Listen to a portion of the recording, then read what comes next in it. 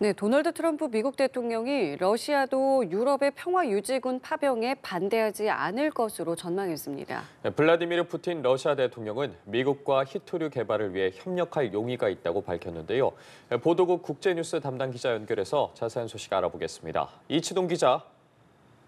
네, 에마뉘엘 마크롱 프랑스 대통령이 트럼프 대통령과 백악관 회담에서 유럽의 평화유지군 파병 구상을 설명했습니다. 이에 트럼프 대통령은 유럽이 우크라이나에 군대를 보내는 것에 반대하지 않고 문제가 되지도 않을 것으로 본다고 말했습니다. 푸틴 러시아 대통령도 이를 수용할 것으로 전망했습니다. 하지만 유럽이 미국의 지원을 필요로 할 것 같지는 않다면서 미국의 파병 가능성에는 재차 선을 그었습니다.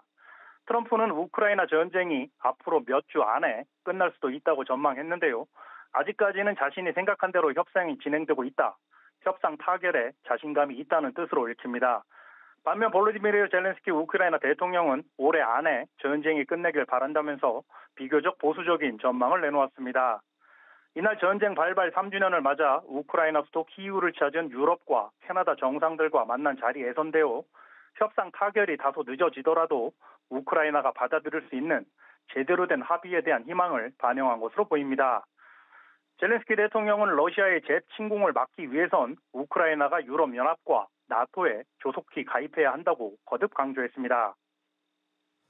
네, 이런 가운데 푸틴 대통령이 미국과 자원 개발 등 경제 협력을 하겠다는 뜻을 밝혀서 그 배경에 주목되는데 관련 내용도 전해주시죠. 푸틴 대통령이 핵심 전략 광물 자원인 히토류 개발을 위해 미국을 포함한 외국의 투자를 환영한다는 입장을 밝혔습니다. 현지 시간 24일 러시아 국영 방송과 인터뷰에서입니다. 푸틴 대통령은 시베리아와 극동 지역은 물론 돈바스와 로보로시아 등 러시아의 새 영토에 매장된 히토류에 대한 협력이라고 명시했습니다. 푸틴이 말하는 새 영토는 러시아가 2022년 2월 침공해 점령한 우크라이나 동부와 남부 지역입니다. 또한 러시아가 보유한 알루미늄에 대해서도 미국과 공동 프로젝트를 추진할 수 있다고 전했습니다. 이미 미국과 러시아 기업들이 전쟁 이후 협력을 위해 접촉 중이라고 덧붙였습니다. 푸틴은 미국이 히토류 등 개발을 위해 우크라이나에 제안한 광물 협정에 대해서도 자신은 크게 개의치 않는다고도 했는데요. 앞서 트럼프는 젤렌스키가 이번 주나 다음 주 워싱턴을 방문해 협정에 서명할 거라고 밝힌 바 있습니다.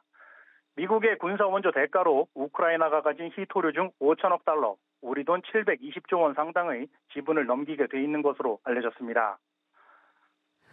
네, 푸틴 대통령이 러시아와 미국 간의 경제 협력은 물론이고 군축 회담 가능성에 대해서도 언급했는데요. 어떤 내용들이 나왔습니까?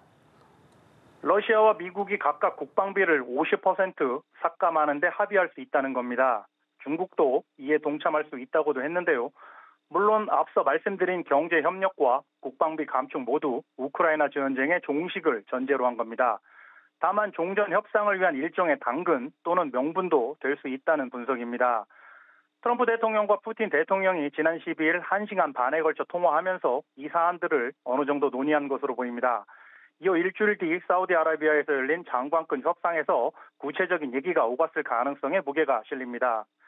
푸틴과 트럼프 간 거래의 실체가 속속 드러나고 있다는 평가가 나옵니다. 지금까지 연합뉴스 이치동입니다.